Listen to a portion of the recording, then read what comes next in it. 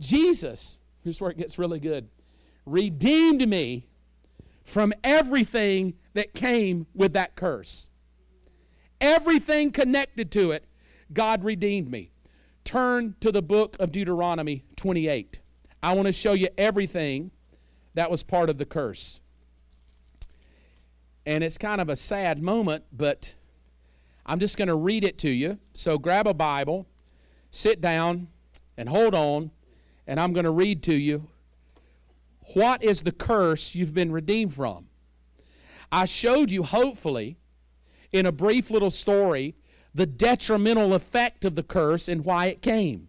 It didn't come because God hated you. It came because of an original disobedience from a mom and dad that translated down to every human that's ever been alive on the planet. There's a curse that has followed you. Jesus comes to break it. I want to know what he broke. Listen to this. Deuteronomy 28, verse 15.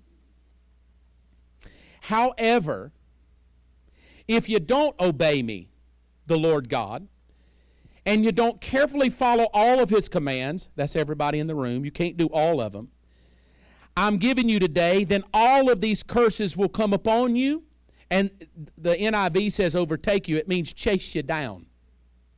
Listen to him. You'll be cursed in the city, cursed in the country.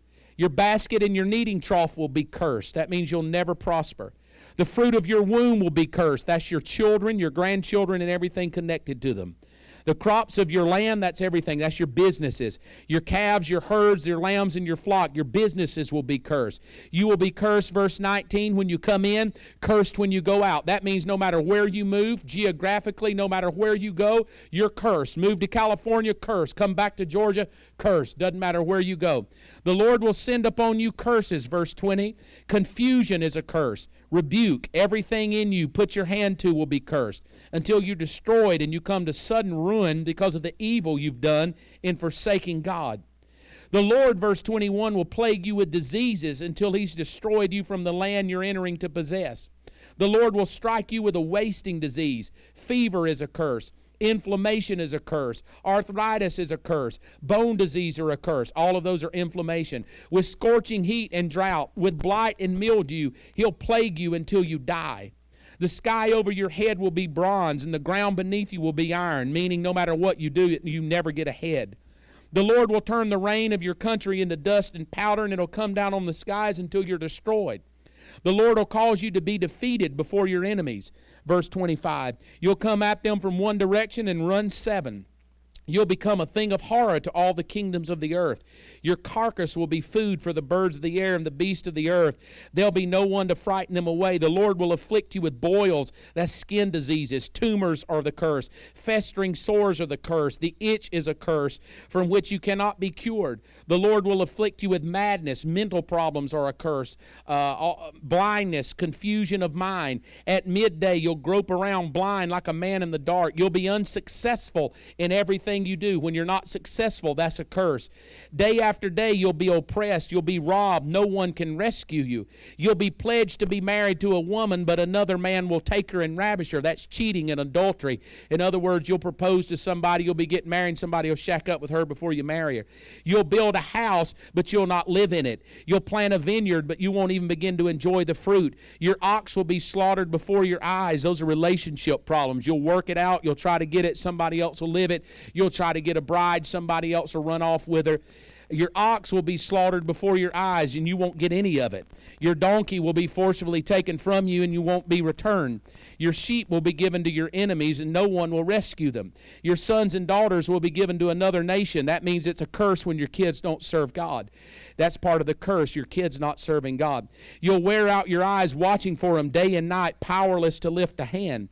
People that you do not know will eat what your land and labor produce, and you'll have nothing but cruel oppression all your days, meaning you'll work all your life to get something, but you'll never really own it. Somebody else, that's debt, and that's all the stuff we get in. The sights you will see will drive you mad. Verse 34, the Lord will afflict your knees and your legs with painful boils that cannot be cured, spreading from the soles of your feet to the top of your head. The Lord will drive you, verse 36, and the king set over you to a nation unknown. And then you'll worship other gods of wood and stone. You'll become a thing of horror, an object of scorn and ridicule to all the nations where the Lord will drive you. Sounds pretty kind of sad, doesn't it? You will sow much in the field, verse 38, but you'll reap little because locusts will eat it up. You'll plant vineyards and cultivate them, but you won't drink the wine or the grapes because the worms will eat them. You will have olive trees throughout your country, but you won't use the oil because the olives will drop off. You'll have sons and daughters, but you won't keep them because they'll go into captivity. Swarms of locusts, that means that your children will serve the devil over serving God. They won't serve the Lord. Swarms of locusts will take over all your trees and crops of your land. The alien who lives among you will rise above you higher and higher, but you will sink lower and lower. That means you'll never get on top. You'll never make it. You'll always be behind. He'll lend to you, but you won't lend to him. In other words, you'll always be broke, never have enough. He will be the head, but you will be the tail. Verse 45, all of these curses are going to come upon you. They'll pursue you and overtake you until you're destroyed because you didn't obey God and you didn't observe all the commands he gave you. They'll be a sign and a wonder to you and to your children forever because you didn't serve the Lord your God joyfully and gladly in a time of prosperity. Therefore, in hunger and thirst and nakedness and dire poverty, you will serve the enemies he sent against you. He'll put an iron yoke on your neck until you're destroyed. The Lord will bring a nation against you from far away. They'll come from the ends of the earth like an eagle, swooping down on the nation. Verse 50, a fierce-looking nation without respect for old or pity for the young. That means it's a curse when you start killing off the old and killing the young.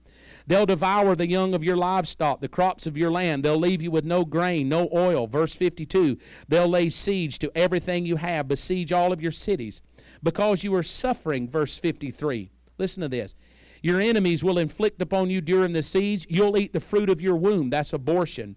The flesh of your sons and your daughters that God has given you. Even the most gentle and sensitive man among you will have no compassion on his own brother. That's murder. Or the wife that he loves. That's divorce. Or his surviving children. He will not give to any of them any of the flesh of his children that he's eating. In other words, cannibalism. That's how deep the curse came on them. They start to eat one another. And he will not give any of them the flesh of his children. And verse 56, the most gentle and sensitive woman among you, so sensitive and gentle she wouldn't even venture to touch the ground with the sole of her foot. She will begrudge her husband. She hates him.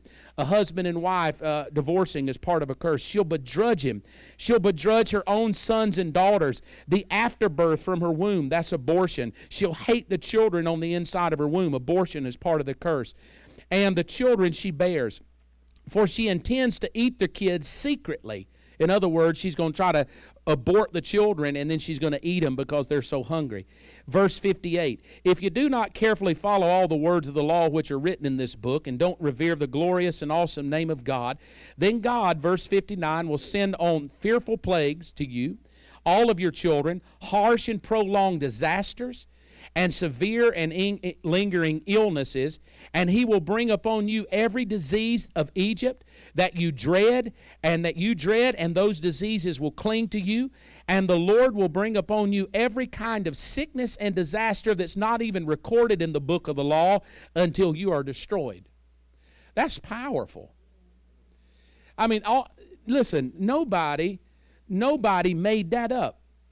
Nobody just said, let's figure out what the curse is. But the reality, look, just one verse. Let's just forget about all the skin diseases and bone diseases and eating your children and abortion and murdering each other and killing each other and all of the chaos that was all the way up to verse 61. Just look at 61. God will bring on you every sickness and disaster that's not even recorded. So whatever I missed when this was written, I'm just going to go ahead and cover my bases.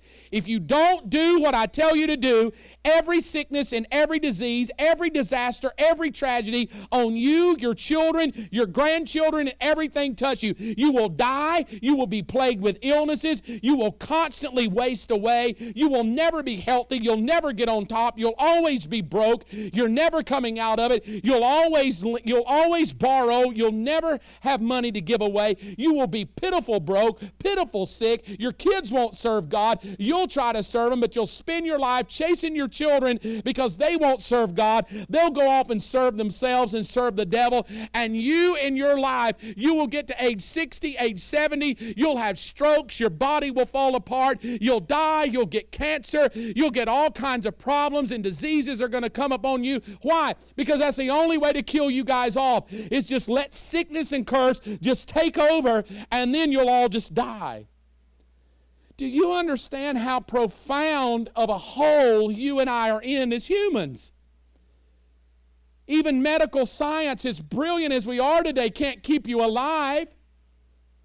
I mean, they can hook you up and do their best, but the reality now, when you come to the New Testament, it says this, and God, Jesus Christ, took the punishment, took the curse, took all the stuff that came from Adam and Eve, and He took every sickness and every disease and every disaster and every bone problem and every skin problem and every mind problem and every family problem and every marriage problem and every money problem. He took every single thing upon Himself so you could be delivered from it and not have to live wasting away. That is the beauty of the death of Jesus Christ.